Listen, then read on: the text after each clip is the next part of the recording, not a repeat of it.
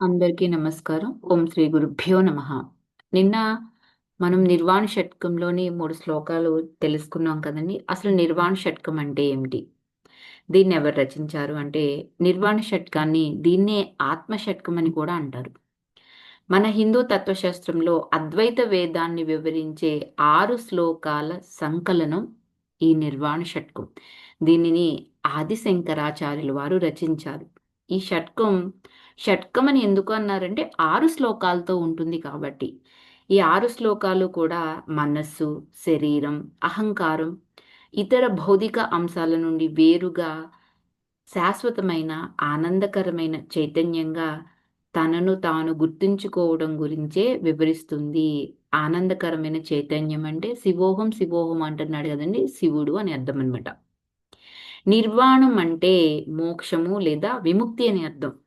ఈ స్తోత్రం అజ్ఞానం నుండి విముక్తి పొంది ఆత్మ యొక్క నిజమైన స్వభావాన్ని తెలుసుకోవడం గురించి కూడా వివరిస్తుందండి. నిర్వాణ షట్కం యొక్క ముఖ్య భాగాలు ఒకటి అహంకారం నుండి విముక్తి. ప్రతి శ్లోకం కూడా అహంకారం, మనసు, శరీరం వంటి భ్రమల నుండి విముక్తి పొంది నేను అనే భావనను అధిగమించాలని బోధిస్తుంది. రెండోది శివత్వంతో అనుసంధానం. ఈ స్తోత్రం చివరికి మనమందరం శివుడితో సమానమని, అంటే మనమందరం ఆనందకరమైన చైతన్య స్వరూపాలని నొక్కి చెప్తుంది. మూడోది ఆత్మ సాక్షాత్కారం. నిర్వాణ షట్కం యొక్క ప్రధాన లక్ష్యం ఆత్మ సాక్షాత్కారం. అనగా తన యొక్క నిజమైన స్వభావాన్ని, బ్రహ్మను తెలుసుకోవటం. ఇది అజ్ఞానం నుండి బయటపడటానికి, మోక్షాన్ని పొందేటందుకు మార్గం. ఈ 6 శ్లోకాలు కూడా నిర్వాణ షట్కం మొత్తం ప్రతి శ్లోకం ఆత్మ యొక్క వివిధ అంశాలను వివరిస్తుంది. ఈ శ్లోకాలను సాధారణంగా మనో, బుద్ధి, అహంకారం, చిత్త, నైవ అనే పంక్తితోనే ఇది మొదలవుతుంది కదా! మనో, బుద్ధి, అహంకార, చిత్తాని, నైవాని.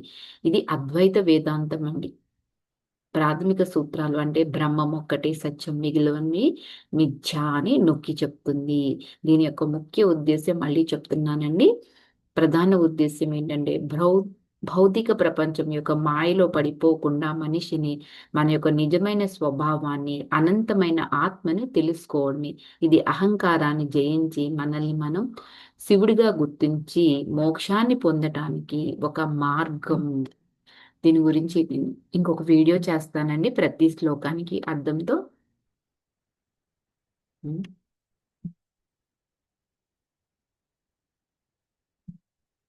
ఇప్పుడు మనం మిగతాది చూద్దాము. పరమహంస గారు యోగానంద గారుగా అయ్యాక మరి చక్కగా 3 శ్లోకాలు నిర్వాణ షట్కానికి సంబంధించి చదివారనమాట. ఈ 3 శ్లోకాల అర్థం నేను ఇంకొక 3 శ్లోకాలు 6 శ్లోకాల యొక్క అర్థాన్ని నేను మీకు తర్వాత చెప్తాను. ప్రతి స్వామి నుండి భారతదేశంలో మరి పేదరికాన్ని అవలంబించాలి అంటున్నారు. అంటే ఏంటి? వస్తు సంపద పట్ల నిర్మత్వం ఉండాలి. సాధారణంగానండి ఆనందం అనే శబ్దంతో అంతమయ్యే స్వాములు సన్యాసరామనామం ఒక్కొక్క నిర్దిష్ట మార్గంలోనో లేదా ఒక స్థితిలో గాని లేదా ఒక దివ్య విశిష్టత ద్వారా గాని మోక్షం సాధించాలన్న ఆశయాన్ని సూచిస్తుందంట. ప్రేమ, జ్ఞానం, వివేకం, భక్తి, సేవ, యోగం వంటివి ఈ దివ్య విశిష్టతలో కొన్ని. స్వాములు నామాంతం భాగం ప్రకృతితో సామరస్యాన్ని కూడా సూచిస్తుందంట. ఇప్పుడు సన్యాసులు అంటున్నాం కదా! ఎంతో మంది స్వాములు ఉన్నారు మన హిందూ దేశంలో. వాళ్ళ యొక్క పేరులో చివరి భాగం నామాంతం ఎలా ఉంటుందంటే అండి, భక్తి. అది ప్రకృతితో సామరస్యాన్ని సూచిస్తుంది. అంతేకాకుండా వాళ్ళు ఆ వాళ్ళ యొక్క మోక్షం సాధించాలన్న ఆశయాన్ని కూడా సూచిస్తుందంట. మానవ జాతికి అంతటికీ నిస్వార్థంగా సేవ చేయాలని, అలాగే వ్యక్తిగత సంబంధాలని, ఆకాంక్షల్ని విడిచిపెట్టాలని ఏర్పరచుకున్న ఆదర్శం వల్ల చాలామంది స్వాములు భారతదేశంలో కానీ, అప్పుడప్పుడు విదేశాల్లో కానీ మానవ సేవలోనూ, విద్యా సంబంధమైన కార్యకలాపాల్లో కూడా చురుకుగా తరచూ పాల్గొంటూ ఉంటారు. కుల మత వర్గ వర్ణ లింగ జాతి విద్వేష అసలు ఆ దురాభిమానాలన్నిటినీ కూడా విడిచిపెట్టి స్వామి అన్నవారు మానవ సౌభ్రాతత్వ నియమాలను పాటిస్తాడు. మరి శ్రీ ఎం గారు ఉన్నారు, ఆయన ఇప్పటికీ చూడండి మదనపల్లిలో, చిత్తూరు జిల్లాలో మదనపల్లిలో ఒక ఆశ్రమం పెట్టి ఆయన ఎంతో సేవ చేస్తున్నాడు. ఇప్పుడు ఇవి ఇక్కడ ఏదైతే చెప్పుకున్నామో వీటన్నిటిని ఆయన ఆచరిస్తున్నారు కూడా చక్కగానే ఇప్పటికీ. మరి కేవలం పరబ్రహ్మైక్యమే అతని లక్ష్యం అంట. అంటే నేను ఆయన్నే అన్న భావంతోనే ఆ జాగ్రత్త చైతన్యాన్ని, అలాగే ఆ సుప్త చైతన్యాన్ని నింపుకుని సంతుష్ట మనస్కుడయ్యి ఈ ప్రపంచంలో విహరిస్తాడు. కానీ ఈ ప్రపంచానికి అతను చెందడంట. ఎందుకు అంటే అప్పటికే అతనికి స్వామి అంటే అంటే ఆత్మ, దాంతో ఐక్యం కావటానికి యత్నించేవాడే స్వామి అని బిరుదు సార్థకమైపోతుందంటండి. అంటే అత ఆత్మతోనే ఐక్యం చెందాలి. అందువల్ల అతనికి ఈ ప్రపంచంలో ఉన్న ఈ కంటికి కనిపించే దేంతో కూడా అతను అస్సలు మెలగడు, దేనితోనూ అతను ఉండడు. ఈ ప్రపంచంలోనే ఉంటాడు. కానీ వైది ఉండడంట అతీతంగా ఉంటాడు ప్రతిదానికి కూడా. శ్రీ యుక్తేశ్వర్ గారు స్వామి, యోగి కూడా, ఆయన కూడా పూజనీయమైన సన్యాసాశ్రమ సాంప్రదాయానికి చెంది ఉండటం వల్ల ఆయన యోగి కానక్కర్లేదు. ఎందుకంటే దైవ సాక్షాత్కారం కోసం శాస్త్రీయమైన ఒక పద్ధతిని సాధన చేసిన వారు ఎవ్వరైనా యోగే.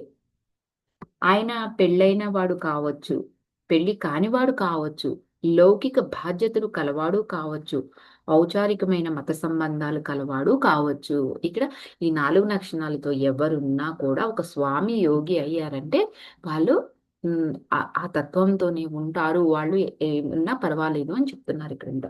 ఒక స్వామి కేవలం శుష్కమైన తార్కిక వివేచనని, అలాగే ఉదాసీనమైన పరిత్యాగ మార్గాన్ని అనుసరించడం చాలా సంభవం అంటాం.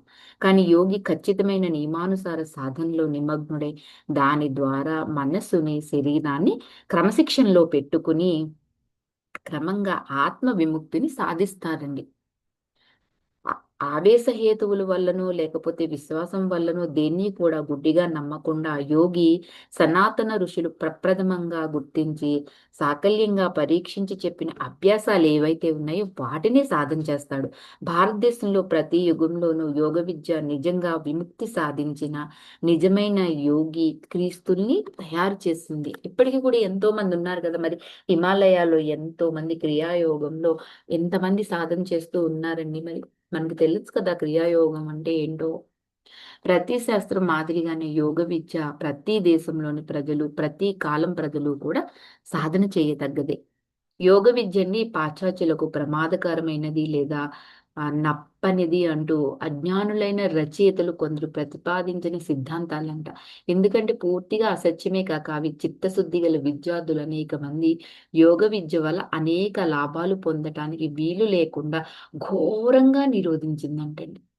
ఆ యొక్క అజ్ఞానులైన రచయితల వల్ల యోగ విద్య అనేది ఆలోచనల సహజ సంక్షోభాన్ని అదుపులో పెట్టే ఒకానొక పద్ధతి.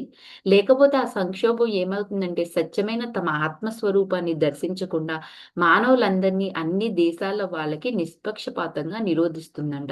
రోగ నివారకమైన సూర్యకాంతి మాదిరిగా యోగ విద్య తూర్పు దేశాల వాళ్ళకి, అలాగే పడమటి దేశాల వాళ్ళకి కూడా సమానంగా లాభం కలిగిస్తుంది.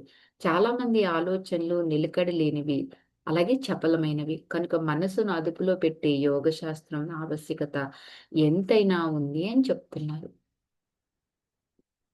ఈ యోగ శాస్త్రం గురించి రేపటి క్లాస్లో తెలుసుకుందామండి. Thank you for watching.